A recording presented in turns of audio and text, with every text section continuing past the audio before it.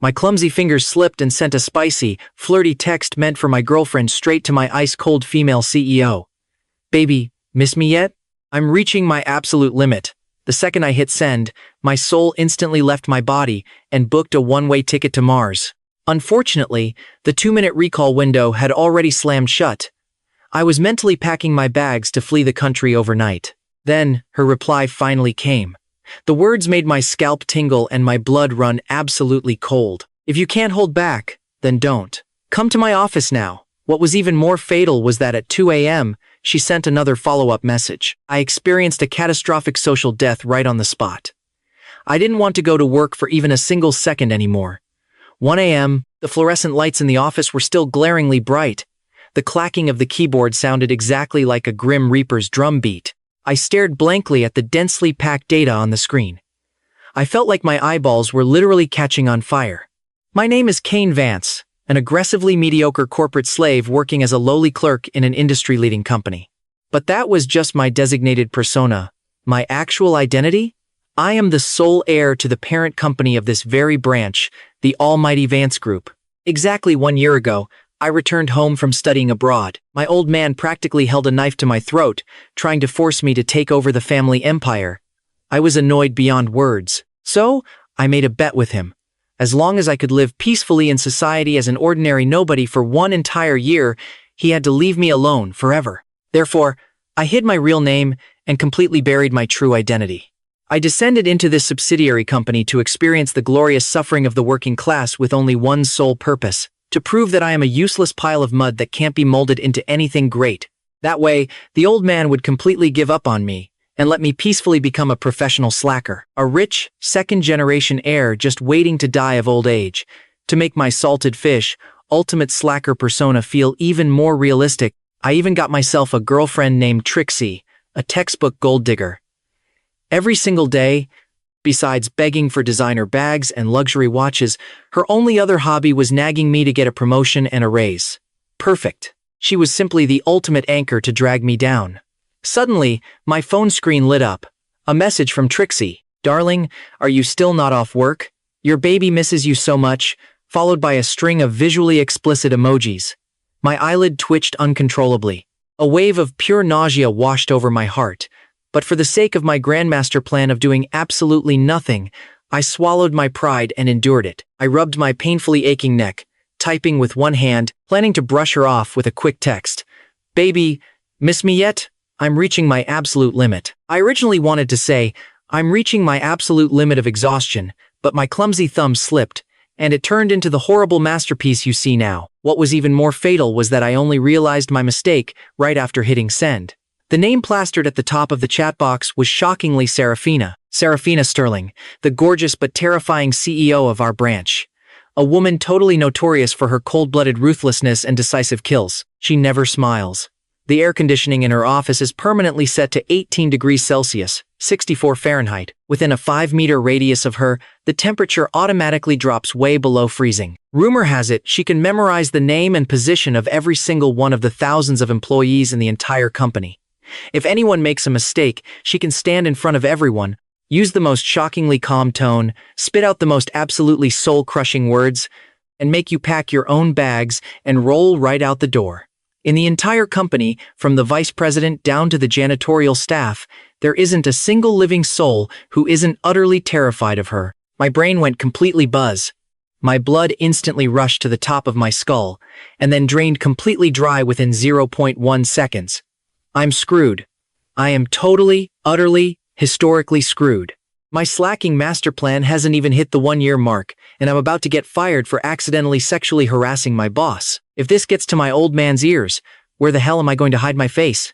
Recall. I frantically scrambled to tap the recall button, but my fingertips were trembling so violently from sheer panic that I just couldn't tap the right spot. The 2-minute recall time limit felt like a slow, agonizing execution by 1,000 cuts. Just as I finally aimed perfectly at that damn button, a brand new notification suddenly popped up at the top of the screen from Seraphina. My heartbeat instantly flatlined. The finger that tapped to open it felt like it weighed 1,000 tons. "If you can't hold back, then don't." Those 9 words felt like 9 massive mountains crushing all the oxygen right out of my lungs. What did she mean? She saw it. She definitely saw it. Is she mocking me, or is she warning me? 100 different ways she could torture me until I evaporated from the human realm flashed through my mind before I could even figure out how to reply. Or rather, how to draft my last will and testament. Then, the second message arrived. Come to my office. I shuddered so hard I nearly yeeted my phone across the room. Now? 1 a.m.? Going to her office? Is she planning to fire me overnight, or is she planning to chuck me directly out the 36th floor window? I stared blankly at those glowing words. Cold sweat had already soaked completely through my dress shirt. No freaking way. I absolutely cannot go up there. Walking into her office right now is a guaranteed death sentence. With violently trembling hands, I started frantically typing. I am so sorry. I sent that to the wrong person. That was meant for my girlfriend. But before I could even finish drafting out the text, a third message abruptly popped up, carrying an unquestionable absolute command. This time, I completely froze in terror. I could practically envision Seraphina sitting at her ridiculously massive desk, staring at me with an expressionless void of a face, before slamming a giant red button on her desk, the floor beneath my feet instantly springing open like a trap door, and me screaming my lungs out as I plummet into a pool swarming with starving crocodiles. Screw it, time to run. I can lose this stupid job, but I absolutely cannot lose my life. I made a split-second decision. I slammed the computer shut, grabbed my jacket, and bolted for the exit like a bat out of hell. The elevator doors slid open. I dove headfirst inside, frantically smashing the close button like an absolute maniac. Just in the exact fraction of a second, before the doors were about to click shut, a slender but shockingly powerful hand shot out and blocked them. The heavy metal doors slowly slid back open, and standing right there at the entrance was none other than Seraphina Sterling. She was wearing a perfectly tailored, pitch-black power suit. Her long hair was pinned back so severely that not a single strand dared to step out of place. Her face wore that eternal, thousand-year-old iceberg expression. Her icy gaze landed on me, perfectly calm and completely unrippled. Yet, it made me feel like I had just been locked onto by a highly venomous viper. Caelan Vance, she spoke, her voice chillingly crisp. Where exactly are you going? I stiffened up in the corner of the elevator, feeling like every single ounce of air had just been violently sucked out of the space. Boss Seraphina. I squeezed out a forced smile that was honestly arguably uglier than crying. My bladder is screaming for a massive emergency. I'm just running to the restroom. Seraphina's deadly gaze lingered on my face for exactly 2 seconds, then slowly shifted down to the jacket and car keys I was currently gripping for dear life in my hand. She didn't say a single word, but those piercing eyes were loud and crystal clear. You need all that heavy gear just to go take a piss? I was so wildly embarrassed, my toes were curling hard enough to dig a crater right through the soles of my shoes. Why are you running? Seraphina stepped smoothly into the elevator and pressed the glowing button for the 36th floor. The steel elevator doors slowly slid shut. Inside this intensely claustrophobic space, it was just the two of us left. The cool, elegant scent of her expensive perfume drilled straight into my nasal cavity. It carried an impossibly faint hint of sweetness, yet somehow made my panicked nerves pull even tighter. I wasn't running. I aggressively decided to just play dumb until the bitter end. I just wanted to go grab some fresh air. Seraphina didn't even bother looking at me again. She just stared blankly at my nervous reflection in the metal elevator doors and said lightly, I saw the message. Boom. I felt like my skull had just been forcefully popped open like a cheap tin can. Boss Seraphina, I really, truly sent it to the wrong person. I swear on my dignity and my entire personality. I was so absolutely frantic. I was practically jumping up and down in sheer panic. Personality? She finally turned her head. The corner of her red lips seemed to curl up into a microscopically small smirk. So fast I thought I was fully hallucinating. You actually possess such a thing? Naked, unfiltered humiliation. Me, the grand future heir to a multi-billion-dollar empire. And you actually have the sheer audacity to say I have no personality? Look, if it weren't for the sake of protecting my grand undercover slacking master plan, I would absolutely show you exactly what the raw, crushing power of capitalism looks like. But right now, I was just Caelan Vance, the sad, lowly corporate drone. I could only grit my teeth and swallow my burning rage. I was wrong. Please, just be the bigger person and let this one slide. Please, just pretend you never even saw it, okay? I swear to you, I promise this will absolutely never, ever happen again.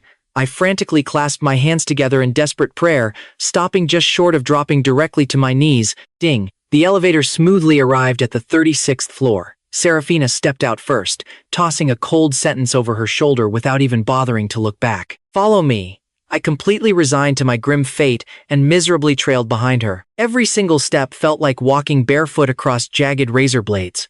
Inside the CEO's massive office, it was blindingly bright. She casually walked over to the giant floor-to-ceiling windows. With her back turned to me, staring out at the glittering, neon night view of the city, Caelan Vance. Employed for exactly 11 months and 3 days, she slowly began. Late 27 times. Left early 19 times. Performance reviews ranked dead last in the entire department for 3 consecutive quarters. Tell me, what exactly is the point of me keeping you here? My heart just did a massive, terrifying flip. How the hell did she remember all those stats so specifically? Is this woman a literal human supercomputer? B-boss, Seraphina, did you really think I didn't know who you are? She spun around abruptly, her icy gaze suddenly piercing into me like a burning blowtorch. In that terrifying split second, I felt like every single protective layer of my deep cover camouflage had just been ruthlessly stripped away. My pupils violently contracted in pure shock. She knew, but how? How could she possibly know? My fake identity profile was personally forged by the old man's absolute top-tier fixers. It was totally flawless, completely seamless. Even the absolute highest-ranking executives at the main headquarters couldn't trace it back to me. How could she know? She's just a mere CEO of a subsidiary branch. It shouldn't even be possible. Did you really think that just changing your name and faking your background could erase your status as the young master of the Vance family? Seraphina stalked toward me, step by step. The rhythmic clicking of her high heels echoed against the floor. It felt like she was stomping directly on my frantically beating heart. I was utterly dumbfounded. She didn't just know my real identity. She knew my true motive, too. My throat went bone dry. I couldn't squeeze out a single syllable.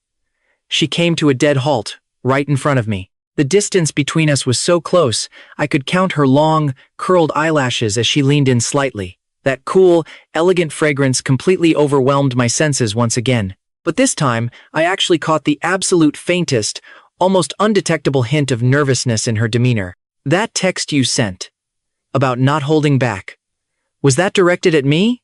Or was it meant for that girlfriend of yours, Trixie? My brain entirely blue-screened.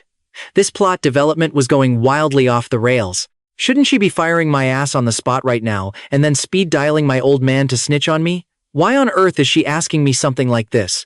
And more importantly, when she asked that, why did her ears look a tiny bit pink? It has to be the lighting. Yeah, definitely just the lighting. Of course, it was a wrong number. I painstakingly choked out those words. Seraphina immediately straightened her posture. The expression on her stunning face instantly frosted right back over. She spun around, marched back to her desk, ripped a document out of a drawer, and slapped it down right in front of me. Take a look. I glanced down, and my pupils experienced an 8.0 magnitude earthquake. It was a literal marriage contract. Party A, Arthur Vance. Party B, Richard Sterling. Engaged parties, Caelan Vance and Seraphina Sterling. Holy mother of plot twists. Isn't this that ancient arranged marriage my old man set up for me 20 years ago? I always thought that was just the old geezer's drunken rambling. I thought the whole thing had been voided ages ago. Why the hell did Seraphina have a copy of it? So, do you understand now? Seraphina's voice was completely flat, completely devoid of any emotion. I looked up, staring blankly at her. Understand what? Understand that not only did I just accidentally sexually harass my direct boss, but I also sexually harassed my legendary, never-before-seen fiancée. This isn't just social death anymore. This is them literally digging up my grave and whipping my corpse. I opened my mouth, quickly realizing I had completely lost the ability to speak. Right at that exact moment, my phone started vibrating like a jackhammer. I picked it up and panicked when I glanced at the screen. It was Trixie. My absolute first reflex was to reject the call, but Seraphina coldly commanded, "Answer it." My hand shook as I nervously pressed the accept button. Caelan Vance, where the hell are you dead at? Why haven't you replied to any of my texts? Do you just not love me anymore? Trixie's shrill, non-stop complaining blasted straight through the speaker. I was so unbelievably embarrassed. I just wanted to drill a hole straight into the Earth's core and hide forever. Seraphina just stood there, watching me with this deeply amused, hyper-analytical gaze. I'm working overtime. I lowered my voice to a whisper. Overtime? I'm on overtime. All you ever know is overtime. When are you finally going to get a promotion and a decent raise? I saw a cute bag today. It's only $5,000. Shut up. 2 words, freezing cold, and absolutely bone-piercing. But it wasn't me who said them. It was Seraphina. I didn't even notice when she had glided right up next to me, speaking directly into my phone's microphone. Trixie, on the other end of the line, was instantly silenced. Who the hell are you? A few seconds later, my girlfriend started screaming. Seraphina snatched the phone right out of my trembling hand, held it up to her ear, and using a tone that screamed absolute territorial dominance, she enunciated every single syllable clearly. I am his fiancée. Having dropped that nuclear bomb, she immediately hung up the phone and casually blocked Trixie's number. The entire sequence of moves was as smooth as flowing water. I just stood there watching her, my jaw practically glued to the floor. After wrapping up that absolute bloodbath, she casually tossed the phone back to me and elegantly returned to her CEO throne. Now, we can have a proper chat. She interlaced her fingers, resting her chin on them. Regarding the matter of you harassing your fiancé, I instantly felt the entire room spinning. My life, it really seemed like, starting from today, it was about to spiral completely out of control. But just when I thought tonight's terrifying jump scares had finally hit their maximum quota, Seraphina's own phone suddenly rang. She glanced at the screen and picked it up. Grandpa. Her cold voice instantly softened. It actually carried an almost imperceptible hint of sweet, spoiled affection. My ears perked right up. I saw him. He's doing quite well. Just a little bit. Stupid. He mistook me for someone else. He sent me a text. He said he couldn't hold back anymore. Big sister. Why are you broadcasting everything to the entire outside world? I desperately lunged forward, trying to snatch her phone away, but I was instantly nailed to the spot by a single, icy glare from her. She then smiled warmly at the person on the other end of the line. That smile. It was like ice and snow melting in the first, warm breath of spring. It completely and utterly mesmerized me. Okay, I understand. Good night, Grandpa. She gently hung up the phone and looked right back at me. But the sweet smile on her face, it hadn't entirely faded. My grandpa said, she paused, told me to take good care of you. Take care, 2 words.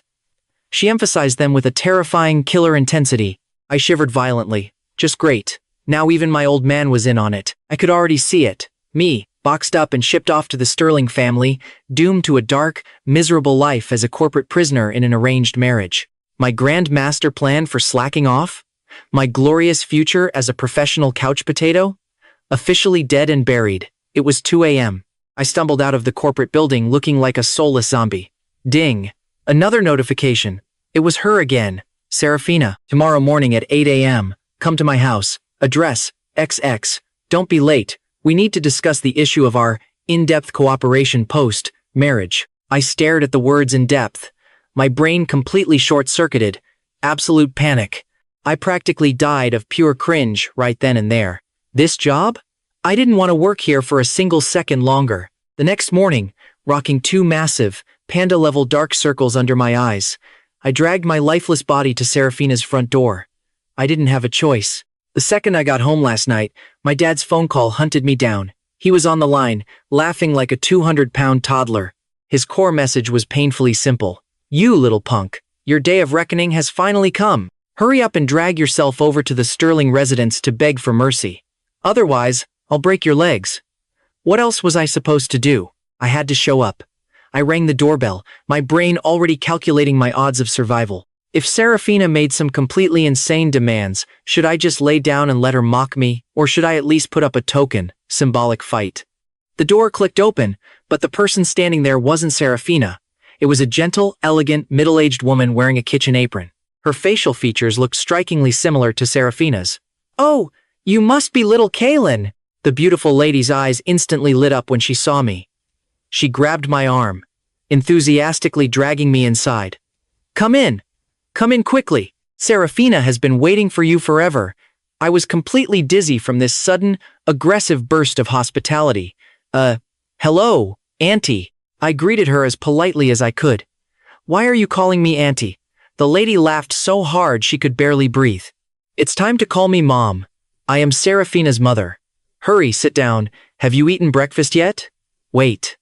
Wasn't the pacing of this plot moving a little too insanely fast? I was aggressively shoved down at the dining table, which was absolutely loaded with a lavish, traditional breakfast spread. We had soy milk, fried dough sticks, soup dumplings, rice porridge, and pickled veggies. The aroma was totally intoxicating, and literally everything there was my favorite. Right at that exact moment, Seraphina walked down the stairs. She had swapped her icy corporate armor for a loose, super comfortable white knit sweater. Her long hair fell casually over her shoulders. She had absolutely zero makeup on. Her bare, glowing face lacked that usual aggressive sharpness, giving her this incredibly soft, domestic vibe. Seeing me, she totally froze for a second. The tips of her ears instantly started turning bright pink. Mom, why did you let him in? Her tone carried a flustered, embarrassed annoyance. Well, if I don't let him in, who else should I let in? This is your future husband. Mother Sterling shot her a glaring look, then instantly smiled, picking up a soup dumpling and placing it right into my bowl. Caelan, sweetie, just ignore her. She's just got a thin skin. Eat up. Taste your future mother-in-law's cooking. Feeling immensely flattered, I took a careful bite. The taste was unexpectedly phenomenal. Seraphina sat down directly across from me, keeping her head totally down while fiercely drinking her porridge without saying a single word. But from the corner of her eye, she kept sneaking these tiny, nervous little sideways glances at me. Was this really the same iceberg-cold female CEO who ruled our company with an iron fist? The contrast was way too drastic to process. Caelan, let me tell you, our Seraphina was raised tough as a boy since she was little. Her dad was absurdly strict with her, which turned her into exactly what she is now. Ice cold on the outside, but super hot on the inside. But honestly, her heart is actually softer than anyone's. While pouring me more soy milk, Mother Sterling gave me the full, unfiltered lore dump. You're just going to have to be very patient and incredibly accommodating with her from now on. Mom. Seraphina finally couldn't take it anymore. Her cheeks were flushed bright, burning red. Please, stop talking. Fine, I won't say another word. Mother Sterling just laughed and patted her hand, then shot me a very deliberate, knowing wink. The meaning was painfully obvious. Look at her, she's blushing. I suddenly realized something crazy. Seraphina actually wasn't that terrifying at all. In fact, she was kind of adorable.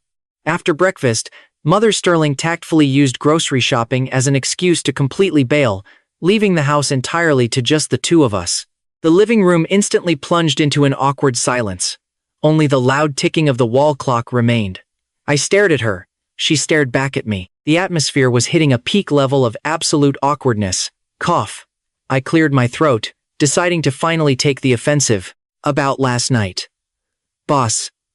At home. Don't call me boss. Seraphina suddenly cut me off, her gaze nervously drifting away. Just call me by my name. Seraphina. All right, Seraphina. I smartly adapted to the situation. She seemed highly satisfied with this much more intimate address. She gave a small nod, then picked up a tablet from the sofa and handed it straight to me. These are a few new projects for the company. Take a look. Pick one that catches your eye, she demanded. I grabbed the tablet and skimmed the files. My stomach dropped. These were all massive, core strategic projects mapped out for the conglomerate's next few years. Literally, any single one of them could dominate a multi-billion-dollar market. What is the meaning of all this? I asked, completely and utterly bewildered. My grandfather and your grandfather have already hashed it out, she said. She finally locked eyes with me, her gaze dead serious. Since our marriage contract is locked in, we are going to tie the knot sooner or later. The Vance and Sterling families merging is a massive deal. You absolutely cannot keep goofing off like a trust fund frat boy anymore. My brows instantly furrowed. So, what? You guys want me to clock in and actually take over these projects? I asked. It is not that I want you to. She quickly corrected me, her tone icy. It is that you must do it. This is your sworn duty as the heir to the Vance empire. Yeah, well, I don't want to. I stubbornly slid the tablet right back across the table to her. My ultimate dream in life is to do absolutely nothing. I just want to be a professional couch potato. Seraphina's brows twitched. Suddenly, that terrifying cutthroat CEO aura came rushing right back. Caelan Vance, you are not a spoiled little kid anymore. I literally do not care. I leaned heavily back into the plush sofa, going full deadbeat mode, utterly immune to her threats. It was pure, shameless defiance. Anyway, I just don't want to work a day in my life. If you feel like I am just a loser dragging you down. Perfect. Cancel the engagement. I have absolutely zero objections to that. I braced myself. I thought she would absolutely explode, that she would use that freezing, venomous corporate tone to verbally shred me to pieces right there, but she didn't. She just stared at me. She looked at me in dead silence for a very, very long time, so long that the hairs on the back of my neck literally started to stand up. Then, out of nowhere, she smiled. And no, it wasn't that polite, fake, plastic corporate smile she gives the board. It wasn't some mocking, ice-cold smirk either. It was a genuine, bottom-of-her-heart smile, laced with this crazy mix of helpless defeat and intense affection. Sure, she whispered. If you really don't want to work, that is perfectly fine. I completely froze. Wait, is she actually this easy to negotiate with? You can just delegate the actual heavy lifting to the executives below you, just oversee the big picture direction, and make sure you live a comfortable life. She said it so casually, like we were just chatting about the weather. Hold on. Isn't this exactly the garbage my old man preaches to me every single day? Isn't this the exact greedy, capitalist slacking that I absolutely despise the most? How is that any different from actual working? I fiercely protested. There is a massive difference, Seraphina explained, staring at me with a deadpan, totally serious face. Working is you doing exhausting labor for other people. But this way, other people are doing the exhausting labor for you. You only need to sit back, enjoy the fruits of their labor, and conveniently enjoy me. When she purred those last two words, her voice dropped to a husky whisper. Her beautiful face flushed a deep crimson. Oh man, I felt like my heart had just been violently slammed into by a runaway freight train. This woman, her psychological warfare was on a completely different tier. She had absolutely nailed my exact psychological weakness. She knew I hated being tied down to a desk, so she painted this flawless, premium illusion of the ultimate slacker lifestyle just to bait me. But what if I still don't want to? I desperately made my final dying struggle. That works too. Seraphina calmly nodded. Then, she picked up her sleek phone and dialed a number. Hello, Uncle Barnaby. It is me, Seraphina. Wait, Uncle Barnaby? That is our family's omnipotent, legendary head butler. Caelan seems quite unwilling to take over the company affairs. He says he wants to continue experiencing life. Okay, yes, I understand. She hung up the phone with a click and flashed me this flawless, absolutely bulletproof smile. Uncle Barnaby says he has already frozen every single credit card under your name. That includes all your luxury cars, too. Your real estate properties are also temporarily locked down, starting from right this very second. You are completely penniless until you finally figure things out. Seraphina stood up slowly, looking down at me with this ridiculously dominating, imperious gaze. Just live here at my place. I will provide for you. I stared blankly at that seemingly benevolent smile on her face. What kind of angelic trickery was this? It was literally the whisper of the devil. Just like that, I was placed under total house arrest. And let me tell you, Seraphina is absolutely a woman of her word. That very afternoon, Butler Barnaby personally showed up at her door. He ruthlessly confiscated my last remaining credit card and the keys to my flashy sports car. Before leaving, he heavily patted my shoulder with this profound, agonizing earnestness. Young master, Miss Sterling is truly doing all of this for your own good. Just surrender and submit to her. Submit my foot! I glared indignantly at Barnaby's retreating back. I seriously felt like some tragic soap opera heroine sold off to a wealthy manor completely penniless and trapped under someone else's roof. My future was looking incredibly bleak. What are you daydreaming about over there? Seraphina's cool voice drifted in right from behind me. I whipped around and saw she had changed into a tight set of home workout clothes. She was currently doing stretches on a yoga mat right in the middle of the living room. The skin-tight athletic leggings perfectly outlined her perky curves and insanely long, gorgeous legs. The hem of her sports top occasionally rode up with her fluid movements, revealing a flat, toned stomach that faintly showed the sexy contours of her abs. My Adam's apple bobbed hard. I subconsciously averted my eyes, my face burning. This woman is an absolute, downright succubus. Nothing, I muttered sullenly. Well, if you have nowhere else to go, just peacefully stay here with me, she said smoothly, extending her leg for a deep stretch. It just so happens I get pretty bored living all alone anyway. I didn't say a single word out loud, but my inner monologue was violently roasting her to a crisp. You? Bored? Please, you just want to slap a leash on me and keep me by your side, so it is convenient for your 24/7 surveillance, right? Seraphina must have read my mind. She stopped dead in her tracks, her piercing gaze locking onto mine. You seem reluctant, she noted. Not at all, I shot back instantly, playing it safe. Are you kidding me? When you're crashing at someone else's place, you learn to keep your head down. Good, she replied, getting up and closing the distance between us. Perfect timing. I need a favor, she stated. Every alarm bell in my head went off. I stared at her on high alert. What kind of favor? The kitchen light is busted. Think you can fix it? She casually pointed down the hall toward the kitchen. I followed her gaze and let out a massive sigh of relief. For a second there, I thought she was luring me into some deadly trap. Turns out, she just needed a light bulb changed. Piece of cake.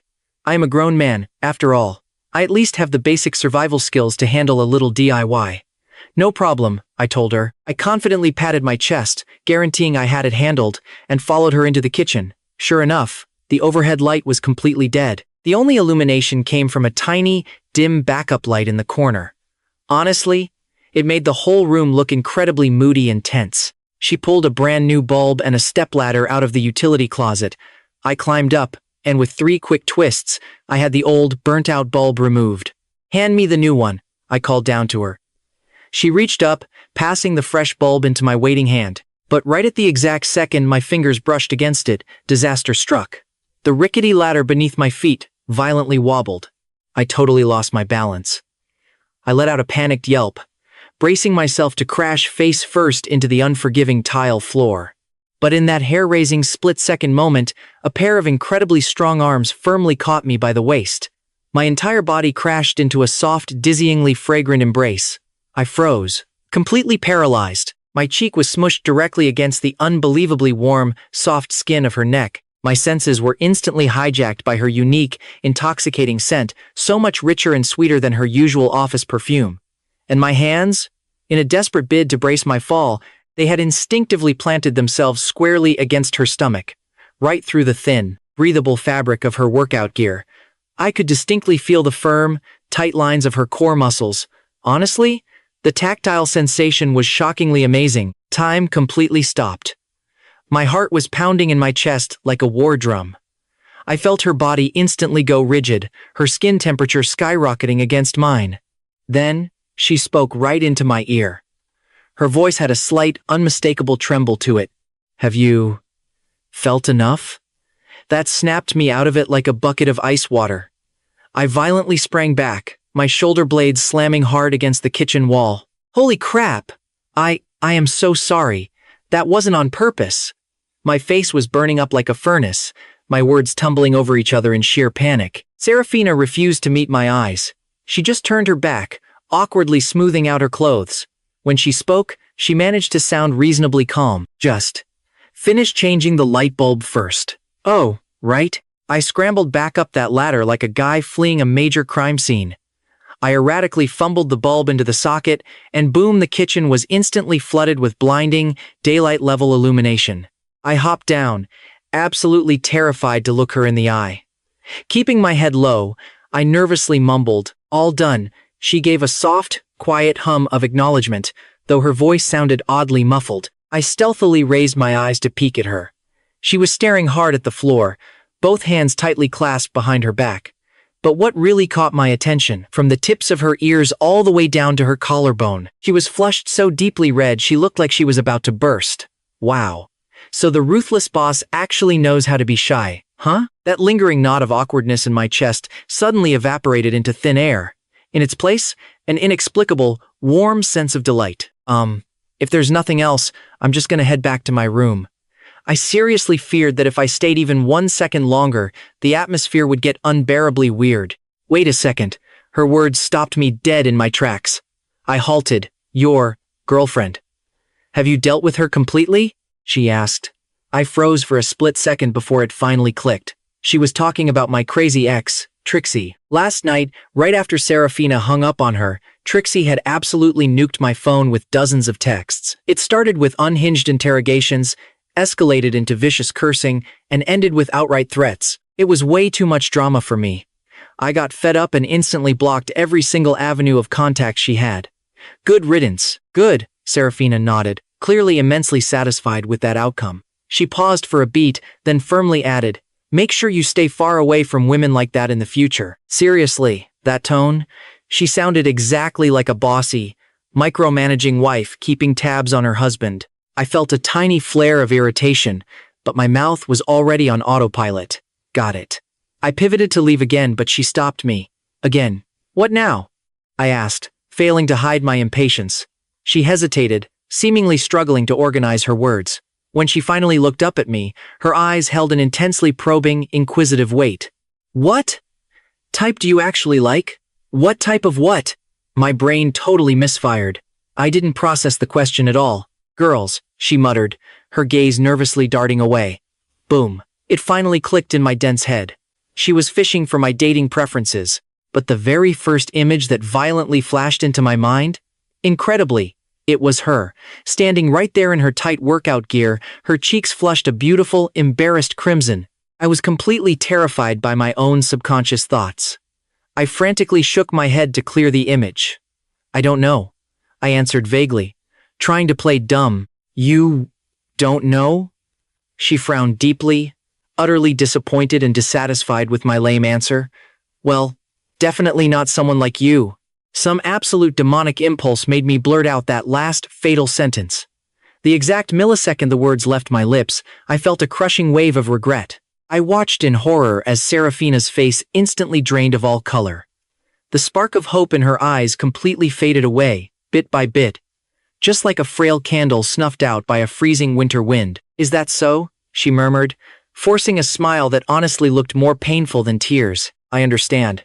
She turned her back to me, her silhouette looking so damn bleak and completely shattered. My heart instantly dropped into my stomach. A suffocating wave of panic crept in. Did I just push things way too far? For the next few days, Seraphina and I plunged into a brutal Cold War. She stopped checking in on me. She stopped caring if I gamed or slept the entire day away. She left at the crack of dawn, came back in the dead of night, and locked herself inside her study the second she walked through the door. We didn't exchange a single word.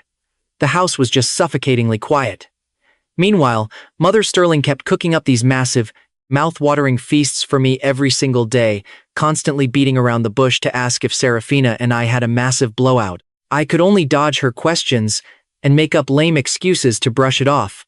Honestly, I felt like utter garbage inside, too. Ever since I dropped that harsh line, "Definitely not someone like you," Seraphina's reaction was vastly heavier than I ever saw coming. She didn't explode in a raging fit. She didn't mock me or throw it back in my face. Just dead, freezing silence. And let me tell you, that kind of silence is a million times worse than the most violently explosive argument. Dozens of times I wanted to march up to her and just apologize, but my stubborn ego flat out refused to bow down. I am Caelan Vance, the future heir to a multi-billion-dollar empire. Why on earth should I lower my head to a woman? Even if this woman is my fiancée on paper and currently the sugar mommy keeping a roof over my head. I tossed and turned in my bed, completely wide awake and losing my mind. Finally, I just gave up, dragged myself out of bed, and headed for the kitchen to raid the fridge. Passing by the study, I noticed a sliver of light still bleeding through the crack in the door. It was almost 2 a.m, and she was still grinding away. Some bizarre, ghostly instinct made me stop in my tracks and quietly push the door open just an inch. Inside, Seraphina was glued to her monitor, her brows locked in a tight, stressed frown like she'd hit an impossible brick wall.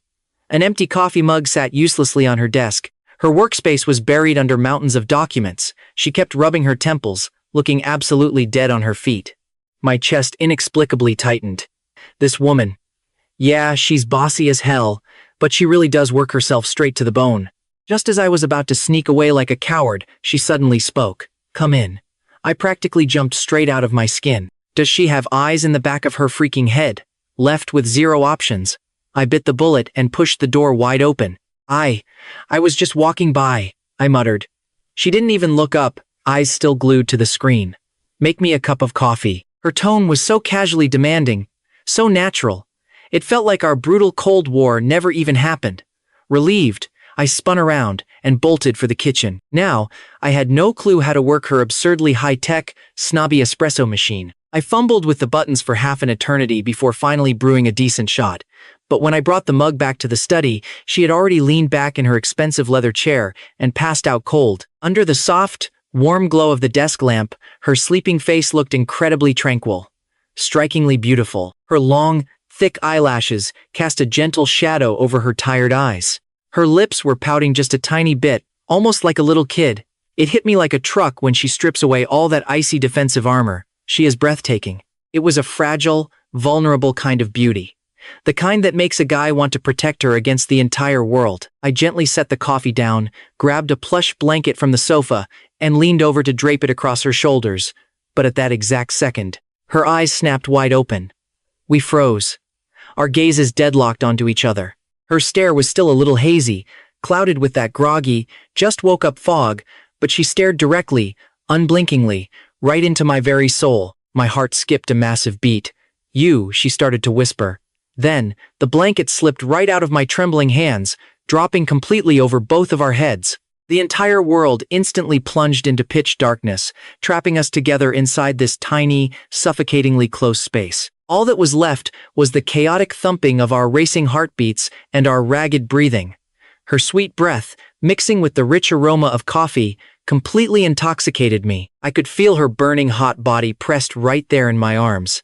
Unbelievably, dangerously soft. My body moved 1,000 times faster than my paralyzed brain ever could. Following that maddeningly sweet scent, I dipped my head and crashed my lips desperately against hers. Her lips were intoxicatingly soft, with this faint, cooling touch like tasting sweet jelly. Her entire body locked up, completely stiff. She weakly tried to push me away, but her hands just melted onto my chest, totally stripped of all their strength. I didn't hold back. I deepened the kiss. From that first hesitant touch, it escalated into an outright, aggressive siege. I didn't even know what the hell possessed me. It was like a wild, dormant beast inside my soul just violently snapped awake. I lost all track of time, devouring her, until both of us were dizzy and right, on the absolute verge of suffocating. Breathing hard, I finally, reluctantly pulled away. I yanked the blanket off our heads, letting the bright study lights slam back onto our flushed faces. Her face was burning as bright red as a perfectly ripe apple. Her gorgeous eyes were watery, glistening, and completely dazed. Her lips were slightly swollen and flushed red from our kiss, looking outrageously seductive. She was gasping heavily for air, her chest rising and falling violently. Seeing her like this, my throat went bone dry. A familiar, burning heat coiled tightly in my lower abdomen. I desperately wanted to say something. Anything. Just to shatter this god-awful, dangerously spicy atmosphere. But it turns out, she was way faster than me. She suddenly shot up from the chair, grabbed me by the collar of my shirt, and shoved me hard against the bookshelf behind me. Caelan Vance. She tilted her head up. Her eyes were completely glazed with desire, but heavily laced with a reckless, all-in kind of ferocity. "You just said you don't like my type." I was completely derailed by her aggressive, sudden movement. "So, what type do you like?" She aggressively pressed Sishu, her breath hitting my face, ticklish and incredibly hot. "Is it like this?" She stood on her tiptoes and clumsily, yet forcefully, kissed me right back. Boom! I felt my brain completely detonate into a sky full of blinding fireworks. This woman, why did she never follow the standard script? After that wild kiss, the relationship between Seraphina and me underwent a highly subtle, chemical shift. We were no longer in a Cold War, but the atmosphere between us was infinitely more flirty and way more dangerous than before. The way she looked at me always carried a hint of evasive shyness, but it was mixed with some kind of intense, unspoken expectation that I just couldn't fully read. And as for me, the very second I laid eyes on her, my brain would automatically replay that night, her impossibly soft lips, and the intoxicating scent on her skin. This made me extremely frustrated. I am Caelan Vance. I came here to lie flat and be a total slacker. Not to star in some cheesy romance drama. To snap myself out of this spiraling loss of control. I decided to find a hobby to distract myself. I refused to go to the company, but I also couldn't just shamelessly be a freeloader in Seraphina's house doing absolutely zero. So, I remembered my lifelong passion, gourmet food, specifically pastries and desserts. I had Uncle Barnaby pull up a list of the most famous patisseries in the city, planning to systematically eat my way through all of them. Honestly, Uncle Barnaby's efficiency was absolutely terrifying. The very next day, he handed me a highly detailed list. Ranking at absolute number 1 was a French patisserie named Sweet Epiphany. Rumor has it the owner is a young, stunningly beautiful woman with god-tier baking skills. The shop's signature dessert, Midsummer Light Year, is strictly limited to a handful of servings daily. If you want to eat it, you literally have to book 1 month in advance. My interest was instantly piqued. The very next day, without telling Seraphina, I strolled over to Sweet Epiphany all by myself. The storefront wasn't massive, but the interior decor was incredibly elegant. The air was thick with the sweet, heavenly aroma of butter and cream. And then, I spotted the legendary, beautiful owner. With a single glance, I saw her wearing a pristine white chef's uniform, complete with an adorable chef's hat. She was standing inside the glass-walled kitchen, meticulously piping frosting. The sunlight filtered through the glass windows and spilled over her, coating her in a soft, glowing halo. She was absolutely stunning. The kind of gentle, spring breeze beauty that makes you feel instantly at ease. When she smiled, she had 2 shallow dimples, looking impossibly sweet and soft. My heart gave a sudden, little jolt. Isn't this the exact definition of my ideal angel? She is the literal polar opposite of Seraphina's thorn-covered iceberg persona. I found a cozy seat by the window and ordered a slice of the signature Midsummer Light Year. The cake was quickly brought over. The plating was so exquisite, it looked like a high-end museum exhibit. I scooped a bite right into my mouth. My eyes instantly widened in pure shock. The refreshing sweetness of the mango, the slight tartness of the passion fruit, and the rich, creamy depth of the coconut mousse, all layering flawlessly on my palate, ending in a clean, crisp, and lingering finish. Delicious. This is the absolute best dessert I have ever had in my entire life, bar none. Sir, how do you find the taste? A gentle voice drifted right into my ear. I looked up. It was none other than the gorgeous owner herself.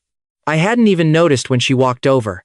She was looking at me with a soft smile, her eyes carrying a hint of eager anticipation. It is phenomenally good. I praised her directly from the bottom of my heart. Her smile grew even sweeter. Thank you so much. My name is Era. I am the owner of this shop. Caelan Vance, I offered my name. Mr. Vance. Era sat down right across from me, watching the way you tasted it. You must be quite the connoisseur of desserts, aren't you? I know a little bit, I replied modestly. Actually, to pursue this hobby, I specifically went to Le Cordon Bleu in France to study for 1 entire year. That is amazing. Era's eyes lit up brightly. Actually, I have recently been developing a brand new flavor profile. I want to fuse some traditional Eastern elements into it, but I've been completely stuck on finding the right inspiration. I wonder if Mr. Vance might have some good suggestions for me. My interest was fully ignited. I immediately started chatting with her about my personal philosophies on fusing Eastern pastries with classic French dessert techniques. From picking out the absolute freshest ingredients to pairing complex flavor profiles, all the way to structural design, she listened with absolute fascination. She kept nodding constantly, her eyes practically sparkling with pure, sheer admiration. We ended up talking for a very long time, smoothly pivoting from sweet desserts to high-end gourmet dining. From the luxury of fine dining to the thrill of traveling the globe, we shockingly discovered we shared a massive amount of common interests. Honestly, chatting with her was just incredibly effortless and comfortable. She always listened with a warm, gentle smile, occasionally chiming in with her own brilliant insights, so soft-spoken, yet incredibly sharp and highly knowledgeable. I felt my tightly wound nerves from the past few exhausting days completely unwind and melt away in that moment. Before we even realized it, the sky outside had already faded to pitch black. Oh, it's gotten so late. Delara checked the time, looking genuinely apologetic. I've taken up so much of your day. Not at all, I replied. Chatting with you has been an absolute joy. I meant every single word of it. Me too, she whispered, her cheeks flushing a soft, pretty pink. She lowered her head, and seeing her act so shy made my heart stir. Some wild, demonic impulse suddenly made me ask, "Hey, could I get your contact info? Just in case you run into any creative bottlenecks later on. We can bounce ideas off each other anytime." "Of course." She looked up, her eyes wide with delighted surprise. She quickly pulled out her phone, scanned my QR code, and added me as a friend. With that, I stood up to take my leave. "Mr. Vance, please come visit often." She walked me all the way to the front door, waving goodbye with obvious, clear reluctance. "Definitely," I promised with a warm smile. Stepping out of the patisserie, the cool evening breeze brushed softly against my face. My mood was absolutely stellar. Now this. This is the life! Amazing gourmet food, and beautiful, gentle women. Total, absolute freedom. As for that difficult woman, Seraphina, she can go be a miserable iceberg all by herself. I hummed a happy little tune as I walked. I caught a cab back to Seraphina's house.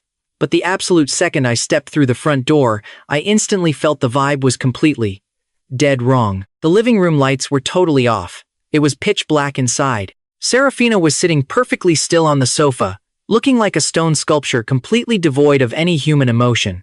"Where did you go?" she demanded, her voice even colder than the blasting AC unit in her office.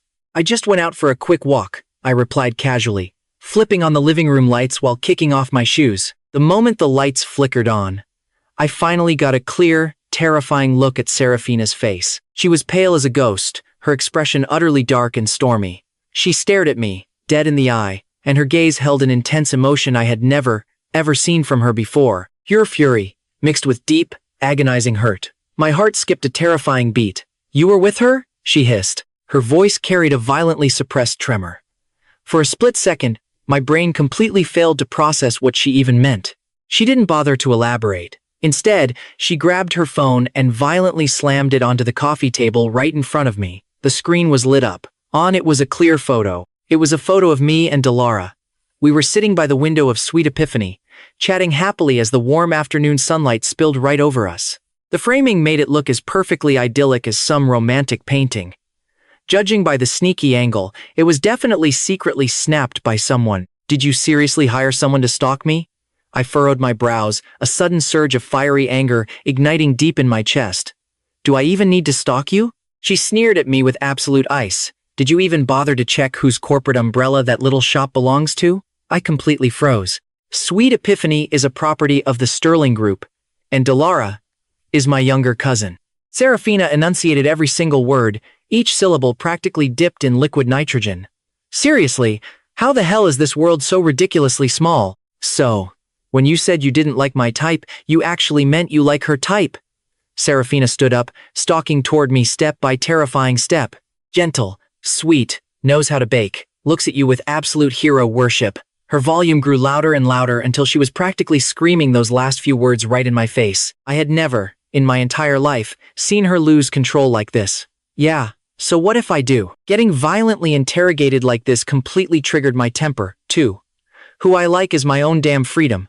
How is it any of your business?" "None of my business?" She looked like she had just heard the sickest, funniest joke in the universe. Instantly, the rims of her eyes turned a furious, tearful red. "Don't you ever forget that I am your fiancé." "So what?" I snapped back. "It's literally just an outdated childhood marriage arrangement from 20 years ago." I blurted it out without a single filter, but the very microsecond those harsh words left my mouth, I instantly regretted everything. I watched Seraphina's entire body violently flinch. The blood drained completely from her beautiful face in a fraction of a nanosecond. She stared at me, her eyes brimming with total, utter despair and shattered disbelief. "An outdated arrangement," she murmured to herself, and then, out of nowhere, she just started laughing. It was a hollow, agonizingly sad laugh that pierced right through me. Right. It's just an outdated arrangement. I was the absolute fool who took it so damn seriously. As she kept laughing, the heavy tears finally began to fall. That was the very first time I had ever seen her cry.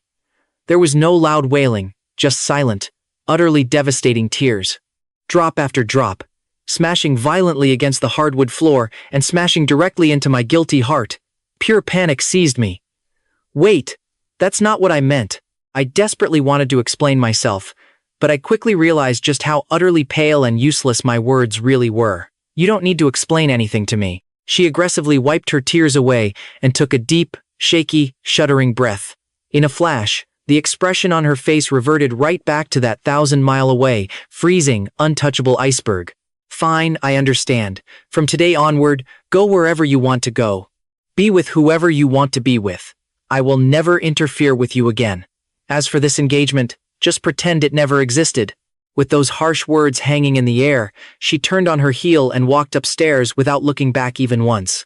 Slam. The violent crash of her bedroom door shutting echoed through the house. I was the only one left in the living room, standing there, completely dumbfounded. I stared blankly at the photo of Alara and me on the coffee table. My mind was a chaotic, tangled mess. How did things escalate like this? I honestly just wanted to piss her off a little. Why the hell did I say such viciously hurtful things? I stared up at her tightly shut door, and for the very first time in my life, I felt a sharp pang of actual heartache. I stayed awake staring at the ceiling that entire night. The next morning, Seraphina didn't go to work. Mother Sterling pulled me aside, looking deeply worried. Seraphina is sick, she told me. She's running a high fever, locked herself in her room, and absolutely refuses to come out. I sprinted to her bedroom door, pounding my fists against the heavy wood. Seraphina, open the door. Nothing. Not a single sound from inside. Seraphina, if you don't open this door right now, I swear I'm kicking it down, I threatened. Still dead silence. Panic flooded my chest. I took a few steps back, mustered every ounce of strength in my body, and kicked the lock dead on. The door burst wide open. Inside, the curtains were drawn incredibly tight, plunging the room into a dim, suffocating darkness. Seraphina was curled up into a tight ball on the bed. She was wrapped heavily in layers of blankets, exposing only a tiny face that was flushed a terrifying, feverish red. I rushed over and touched her forehead. It was burning hot, frighteningly so. Seraphina.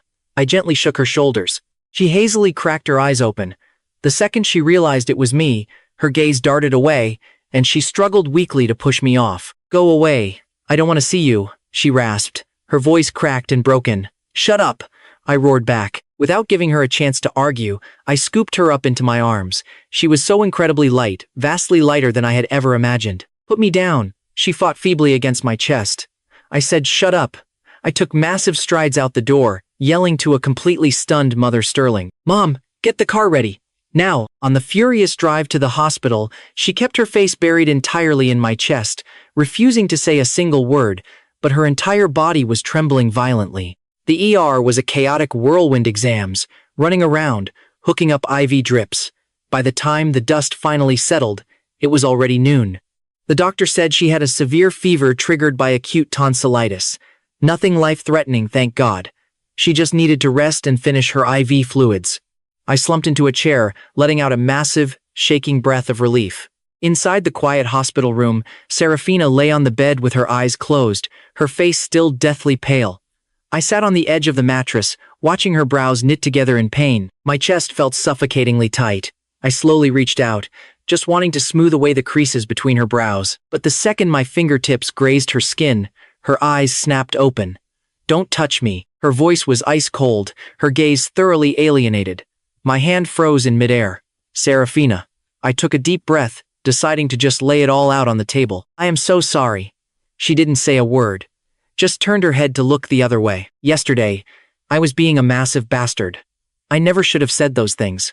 I stared at her side profile, softening my voice to a gentle, pleading register. I admit it. I just wanted to piss you off.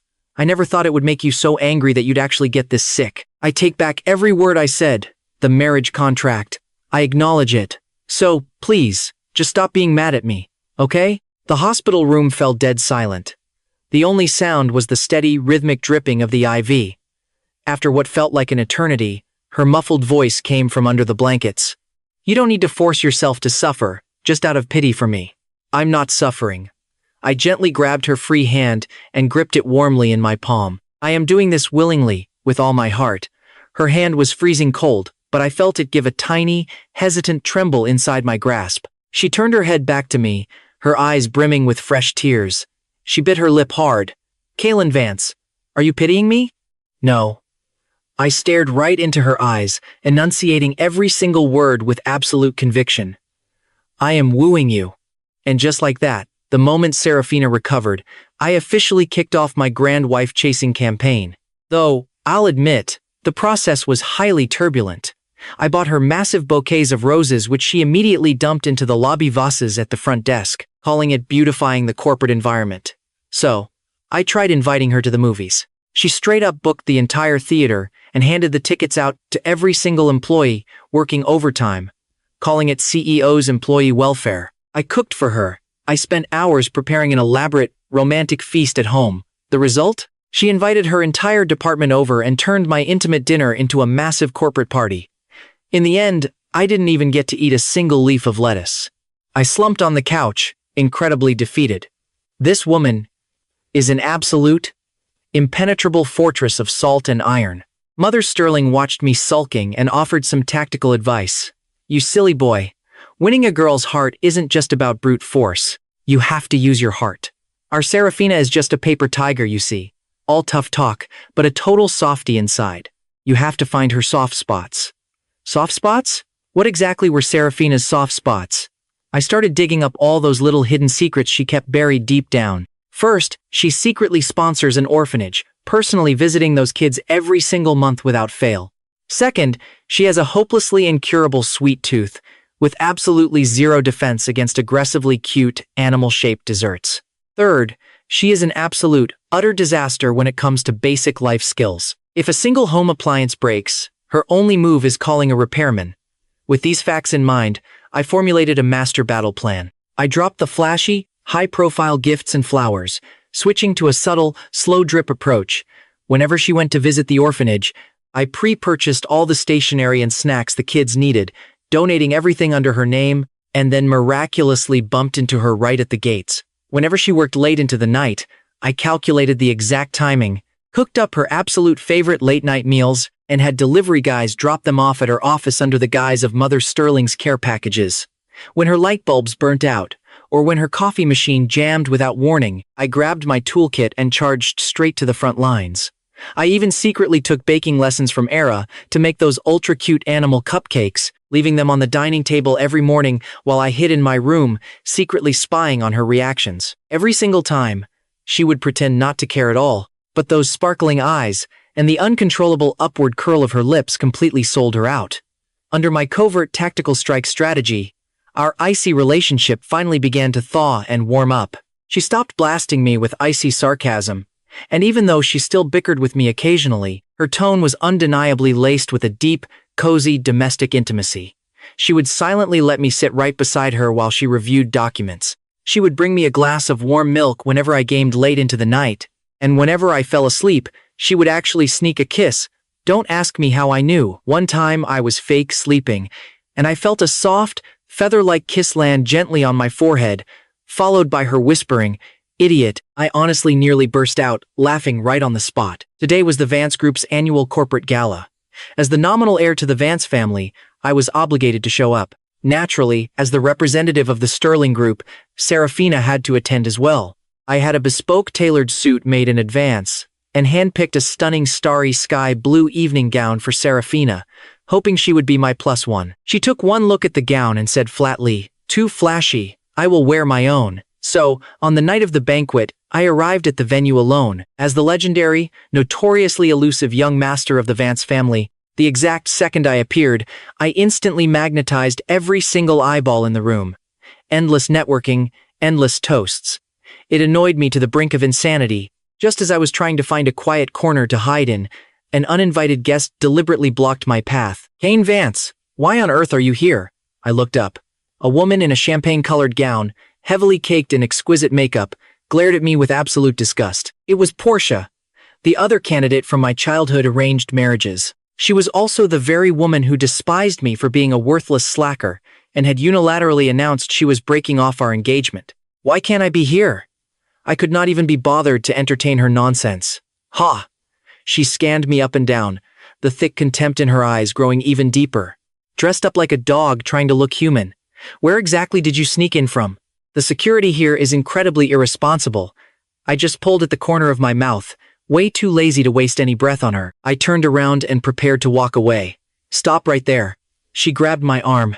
Caelan Vance, let me warn you, don't think just because you somehow infiltrated this place, anything will change. Useless trash like you, even if you put on the emperor's robes, you will never look like the crown prince. I heard you have been getting awfully close to Seraphina lately. She suddenly pivoted the conversation, a flash of venomous jealousy crossing her eyes. Stop dreaming. A woman like Seraphina could never, ever look twice at a total loser like you. She is just giving the Vance family face and putting on an act with you. I stopped right in my tracks, my eyes turning freezing cold. You can insult me, but you absolutely cannot insult Seraphina. Whatever is going on between her and me is absolutely none of your damn business. Of course it's my business. Portia hiked up her volume, drawing the attention of every single person nearby. I just don't want to see Seraphina get conned by trash like you. You don't deserve her. Right at that exact second, a crisp, chillingly elegant voice rang out from behind us. Whether he deserves me or not is certainly not your place to evaluate.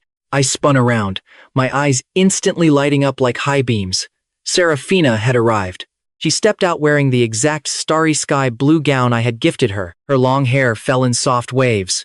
With light, immaculate makeup, she looked so breathtakingly beautiful. It was like a goddess had just stepped right out of the Milky Way. The second she appeared, she became the absolute epicenter of the room. She walked straight up to me and, incredibly naturally, looped her arm right through mine. Then, she shot a look at an ashen-faced Porsche. The corner of her lips curved into a perfectly mocking arc. Miss Portia, mind your own business, she said coldly. He's my man.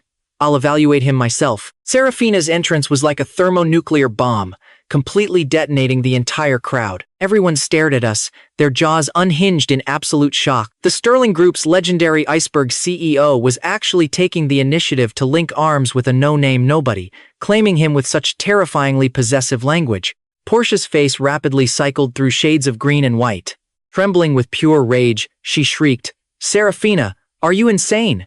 You're going to ruin yourself over this useless piece of trash." That is also my business. Seraphina didn't even bother giving her a second glance. She just held onto my arm, getting ready to leave. Right at that moment, the host of the banquet, the highly respected titan of the business world, Mr. Archibald, leaning on his cane and surrounded by a massive entourage, quickly marched toward us.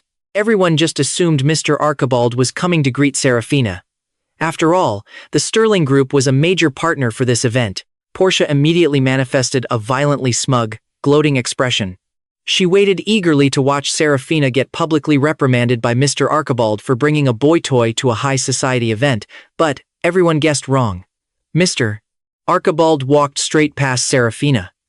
Then, under the collective, eyeball-popping shock of the crowd, he turned specifically to me, bowing with profound, unquestionable respect.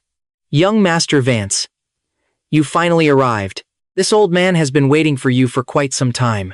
Instantly, the entire ballroom plunged into a deathly silence. Everyone's jaws practically hit the marble floor.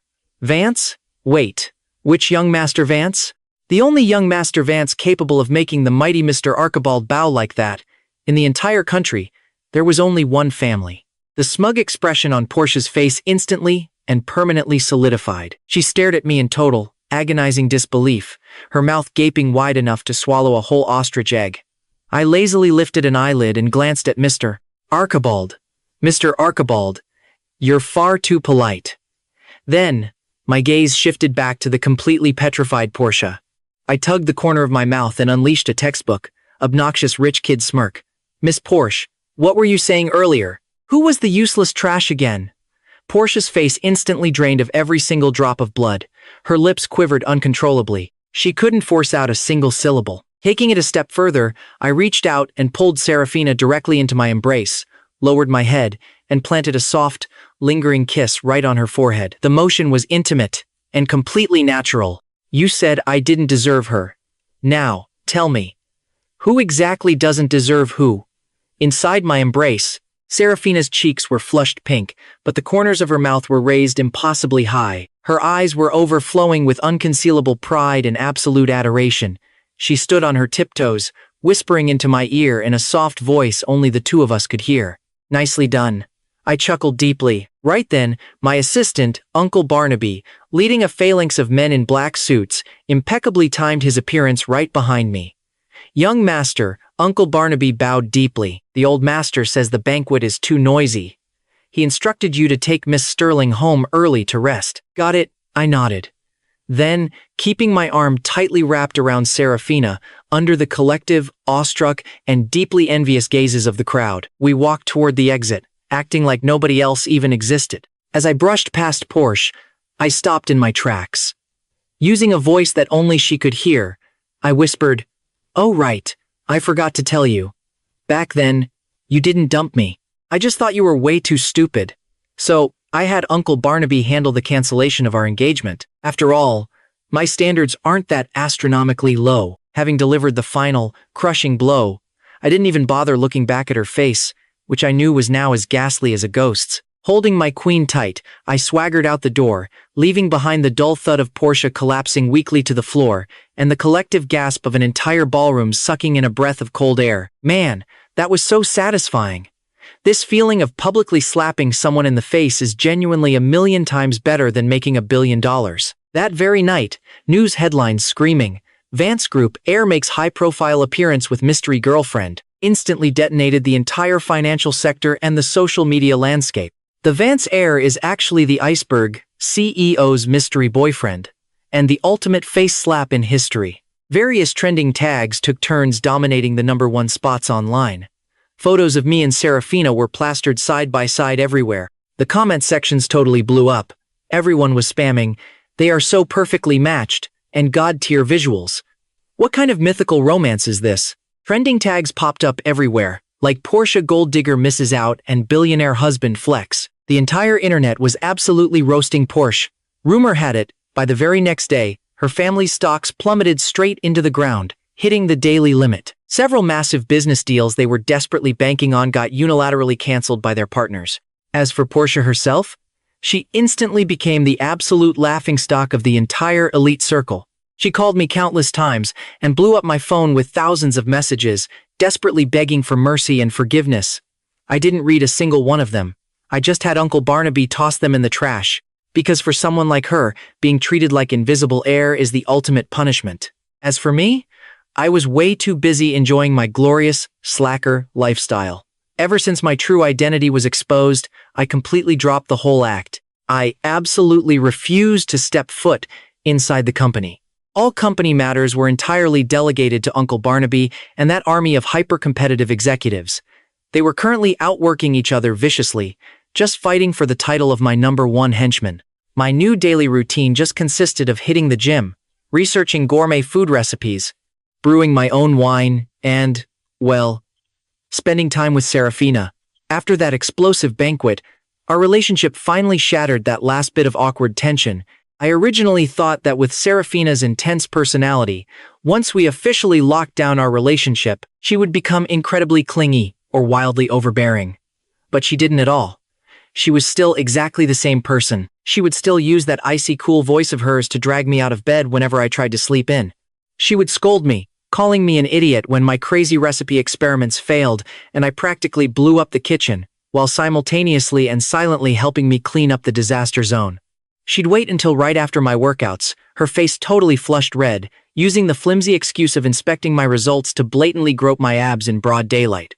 She basically just took all the incredibly sweet things she used to do for me in the shadows and moved them directly into the spotlight. Today, I was out in the courtyard, carefully tending to a fresh batch of rice wine I had just brewed, when Seraphina came home from the company. She looked to be in an exceptionally brilliant mood, with the corners of her mouth constantly carrying this radiant smile. "Did you just find free money on the street or something? Why are you so incredibly happy?"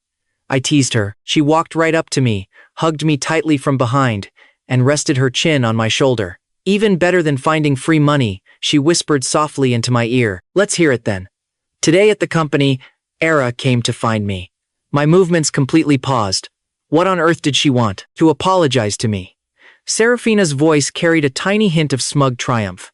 She said she had absolutely no idea about our relationship. She apologized for all the trouble she caused you, and she actually said she wishes us happiness. I was genuinely surprised. And then what happened? And then, I treated her to a really nice meal. Seraphina nuzzled affectionately against my neck, and I conveniently informed her that all the research and development for Sweet Epiphany's new products next quarter will be entirely managed by you. Don't you love making desserts? She placed a loud, sweet kiss right on my cheek.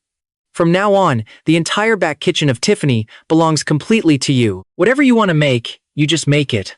I honestly didn't know whether to laugh or cry.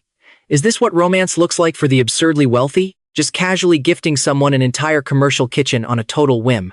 What's wrong? Do you not like it? Seeing that I hadn't said anything yet, she asked with a slight tinge of nervous hesitation. I turned around, pinched her cute, perky nose, and pulled her deep into my embrace. I absolutely love it. I lowered my head and passionately captured her lips. As long as it's something you give me, I love every bit of it. Under the golden setting sun, our shadows stretched out incredibly long on the ground, leaning tightly against each other. Not too far away, Mother Sterling's golden retriever, Nugget, and the ragdoll cat Seraphina had randomly brought home one day, named Jackpot, were also resting their furry heads against each other, snoozing intimately. True peace and tranquility. It's probably exactly this. I always used to believe that my ultimate life goal was just to lie flat and be a lazy slacker. But now I realize, having someone this amazing by my side to slack off with? That seems to be infinitely better. Chapter 12. The official date for our wedding, heavily pushed under the aggressive bulldozing momentum of both sets of our parents, was finalized incredibly fast. But right on the eve of the wedding, I received a mysterious letter from an incredibly unexpected person. It was from Seraphina's ex-boyfriend, a guy who was allegedly her senior back in college. Back then, purely for the sake of studying abroad, he had ruthlessly abandoned her, and now, having actually achieved a bit of success and fame, he returned to the country, desperately wanting to get back together with her. Inside the letter, he meticulously recounted every detail of their so-called beautiful past. His words were desperately pleading, overflowing with this fake sense of deep, true love. At the very end, he asked Seraphina to meet him at a cafe they used to frequent in college, claiming he had something critically important to tell her. As for the person who actually delivered this pathetic letter, it was that senior's current assistant. When he handed me the envelope, his eyes carried this disgusting mix of pity and arrogant gloating. Mr. Vance, the assistant sneered, relaying the message. Our boss, Preston, firmly believes Miss Sterling still holds a special place for him in her heart. After all, first loves are always the absolute hardest to forget. I casually pocketed the letter, my face an unreadable mask of zero expression. Oh, is that so? I pulled at the corners of my mouth, letting out a cold, mocking smirk. Then you march right back and tell your precious boss, Preston, thanks for his massive, delusional overconfidence, but he is going to be severely disappointed. The second the assistant left, I snatched that letter and marched straight into Seraphina's private study. She was busy meticulously reviewing our custom wedding dress design blueprints. Hey, take a look at this garbage. I tossed the pathetic letter right in front of her. She froze for a split second, picked it up, and quickly skimmed through the delusional words. During the entire agonizing process, her icy, beautiful facial expression did not shift by a single, solitary millimeter. The moment she finished, she casually tossed the letter straight into the humming paper shredder next to her desk. Boring, she coldly evaluated, before going right back to admiring her wedding dress designs. Wait, you are not even going to meet him? I raised a skeptical eyebrow. Why the hell would I waste my time meeting him? She didn't even bother to lift her gorgeous head. That is a person who was dragged kicking and screaming into the permanent blacklist of my life ages ago. Seriously, what is there to even see? Well, he did say. First loves are the hardest to forget. I deliberately provoked, testing the waters. She finally looked up, rolling her stunning eyes at my teasing. That is just for him. For me, he isn't even worth a damn fart. My actual first love.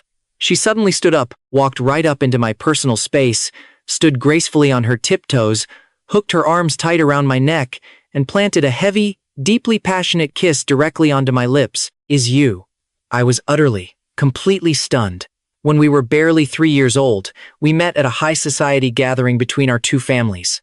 That day, you were wearing this ridiculous little yellow ducky t-shirt, and you accidentally tumbled right into the deep swimming pool. I was the brave one who pulled you out. And to thank me, you split your precious yellow ducky lollipop perfectly in half and gave it to me. From that exact day forward, I stubbornly decided that in this lifetime, I would absolutely marry no one else but you. She looked up at me, her beautiful eyes sparkling brightly, like a galaxy of stars. So Caelan Vance, you are the very first person I ever truly liked, and absolutely the only one. Hearing that, I felt my pounding heart completely melt, like it had been dunked straight into a massive vat of warm honey. It was so incredibly sweet, it was practically intoxicating. Without hesitation, I scooped her up into my arms, wrapping her slender legs tightly around my waist, and kissed her back with a ferocious, burning intensity. Seraphina, you absolute, beautiful succubus. The day of our highly anticipated wedding finally arrived, and the sheer grandeur of the event was completely unprecedented. Practically every single elite figure with a recognizable face and name in the entire business world was in attendance. Even Portia showed up, except she was strictly there in the lowly capacity of a hired waitress. Rumor heavily had it that right after her arrogant family went totally bankrupt, in order to pay off her mountain of crushing debts, she desperately took on absolutely any menial job she could find. She silently carried a heavy serving tray, awkwardly weaving through the lavish crowd, forced to watch Seraphina and me standing proudly side by side, accepting the glorious blessings of the cheering masses. Her once arrogant eyes were now utterly dim and totally lifeless, filled straight to the brim with absolute, soul-crushing regret. Honestly, I didn't even spare that pathetic woman a single second glance. In my devoted eyes, there was only my gorgeous bride. Seraphina wore a flawless, pristine white wedding dress. She was looking so breathtakingly, agonizingly beautiful. It honestly defied all earthly logic. When we finally exchanged our diamond rings, I looked deeply into her soulful eyes and solemnly swore my eternal vows. Seraphina, I love you.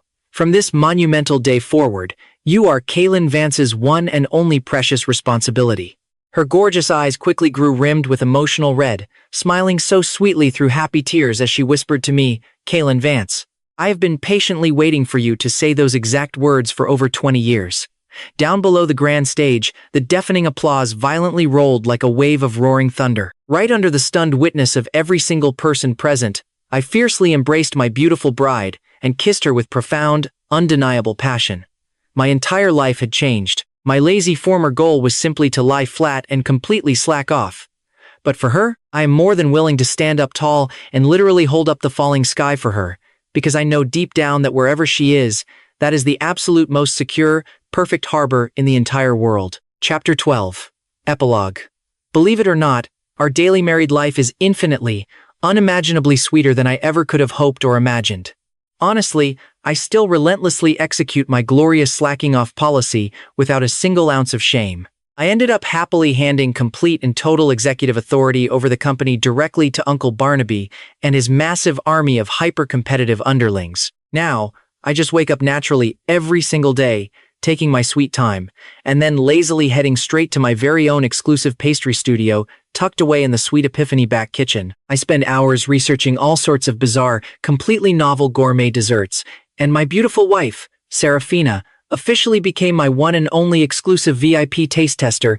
The very first thing she enthusiastically does every single day when she gets us home from exhausting work is charge directly into my open arms, like a needy little kitten, fiercely demanding her daily love hugs, and then looking up at me with big eyes full of bright, adorable expectation, sweetly asking, "Hubby, what insanely delicious things do we have to eat today?"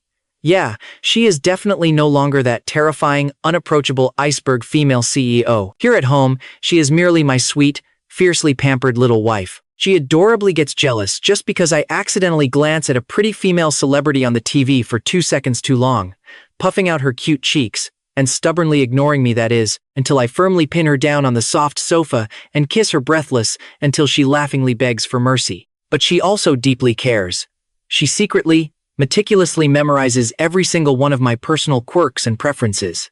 Once, I just casually mentioned in passing that I really wanted to drink some rich, aged yellow wine. And literally the very next day, a massive, custom-built luxury wine cellar miraculously appeared right inside our house out of thin air. Even when I get sick, she clumsily, desperately tries to learn how to take proper care of me, completely turning our pristine kitchen into a literal, smoking war zone, only to finally bring out a terrifying bowl of pitch black, totally unrecognizable, but deeply cherished love porridge. Staring into her ridiculously serious, deeply expectant eyes, I forced a totally straight face and choked down that bowl of absolute poison, which, naturally, had me running to the bathroom for 3 straight days. But honestly, seeing that heartbroken, deeply guilty pout on her face made it 100% worth it. Today was the weekend, and the two of us were just lounging around in bed. Neither of us wanting to move an inch. "Hubby," she murmured, nuzzling softly against my chest. "We haven't had a proper, just, the two of us date in a really long time." I lowered my head, gently kissing the top of her hair. "Where do you want to go, babe?" "Let's go, camping." Her eyes instantly lit up. "Just the two of us." "Oh, and we'll bring Jackpot and Nugget." "All right," I smiled. Once we decided, we didn't waste a single second. That very same afternoon, we drove our RV out to an incredibly remote, gorgeously hidden valley. Deep inside, the crystal-clear streams babbled away, the birds sang, and wildflowers bloomed like some kind of untouched utopian paradise. I naturally took charge of pitching the tent, building up the campfire, and getting the barbecue going.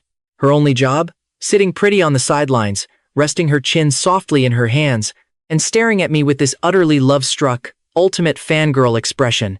"Wow, hubby, the way you chop wood is just so handsome. Hubby, the meat you're grilling smells absolutely amazing. Hubby, the way you sweat is so incredibly sexy. I kind of want to touch your abs." I turned around, a giant, awkward sweat drop forming on my forehead, only to catch her staring directly at my chest, literally gulping down her saliva. I let out a helpless laugh and brought a piping hot, freshly grilled skewer of chicken wings right up to her lips. "You greedy little cat, eat real food first." She took a massive bite, her lips instantly coated in rich, savory oil. Later that night, we lay close together inside the tent, looking up at the glittering stars through the skylight. Jackpot and Nugget were fast asleep right at our feet, purring and softly snoring in a rhythmic, peaceful melody. "Hubby," Seraphina suddenly whispered. She rolled over, softly pressing her warm body right on top of mine, her eyes sparkling brilliantly in the dark as she looked down at me. "Let's make a baby." I completely froze for a split second. "Let's make a baby who's exactly as handsome as you, and as smart as me." She slowly traced little circles on my bare chest, her voice incredibly soft, sultry, and sticky sweet. I felt my core instantly tighten with heat. "All right then." In one swift motion, I flipped us over, gently pinning her beneath me as my voice dropped to a low, gravelly whisper. "Then we'll get started. Right now." Her face flushed a deep crimson, and she shyly buried her face deep into my chest, letting out a tiny, breathless "mmm."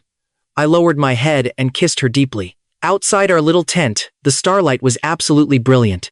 The night breeze was infinitely tender. And inside the tent, the atmosphere was intoxicatingly romantic, heavy with unspoken desires.